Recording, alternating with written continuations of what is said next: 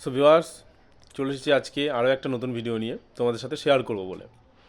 বিষয়টা হচ্ছে যে আমরা এই যে ভোট দিই, ভোট দিয়ে প্রধান মেম্বার আমরা নির্বাচন করি।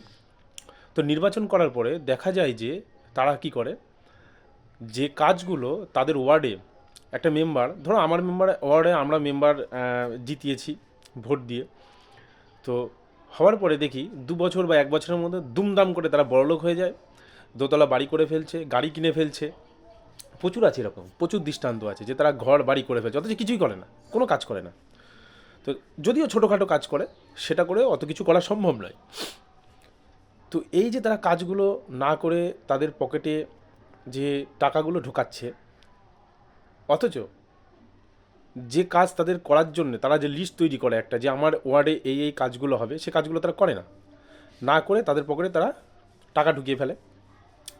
পরবর্তীতে কী হয়, যে সাধারণ মানুষ যারা আছে তাদের কিন্তু সমস্যার মধ্যে পড়তে হয়। যেখানে রাস্তাঘাট দরকার সেখানে রাস্তাঘাট হয় না, যেখানে লাইট দেওয়ার দরকার সেখানে লাইট দিতে পারে না, বা দেয় না, ইচ্ছা করে দেয় না। কেন দেয় না? সেই পয়সাগুলো তারা তাদের পকেটে ঢুকিয়ে ফেলে। এবার কি হয়, যখন ওই পয়সাগুলো তাদের পকেটে ঢুকে যাচ্ছে, তাদের পকেট মোটা হচ্ছে, এবং তারা কি করে, ওই যে কাজ করার কথা ছিল সেই কাজের একটা উল্টো পাল্টা খতিয়ান তৈরি করে তারা কিন্তু ঠিক বিডিও অফিস বা এসডিও অফিসে জমা দিয়ে দিচ্ছে। তো এই যে জিনিসগুলো ঘটছে, এগুলো সাধারণ মানুষের অগোচরেই হয়ে যাচ্ছে, কেউ বুঝতে পারি না, আমরা জানতেও পারি না কী কী কাজ হলো না হলো, কিন্তু বিডিও অফিসে ঠিক জমা পড়ে যাচ্ছে বা এসডিও অফিসে জমা পড়ে যাচ্ছে যে কোথায় কী কাজ হচ্ছে। তো এই যে কাজের খতিয়ান সাধারণ মানুষের অবশ্যই জানার উচিত, জানা দরকার।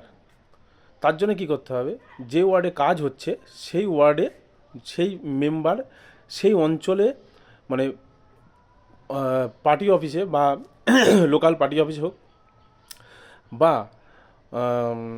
যে আমাদের পঞ্চায়েত থাকে, পঞ্চায়েত অফিসে গিয়ে সেখানে ডিটেলটা কি কি কাজ হলো সেই মেম্বারের, সেই কত ওয়ার্ডের মেম্বার, কোন ওয়ার্ডের মেম্বার কি কি কাজ করলো, এগুলো কিন্তু টাঙিয়ে দেওয়া উচিত, যাতে সাধারণ মানুষ দেখতে পারে, কিন্তু এগুলো হয় না। তো এই যে আমি কথাগুলো বললাম, এই কথার সাথে কারা কারা একমত আছে অবশ্যই অবশ্যই আমার ভিডিওটা দেখে লাইক করবে, কমেন্ট করে অবশ্যই অবশ্যই জানাবে, এবং চ্যানেলটাকে কিন্তু সাবস্ক্রাইব করবে। এই ধরনের আমি আরও অনেক অনেক ভিডিও আমার চ্যানেলে আমি আপলোড করব। ধন্যবাদ।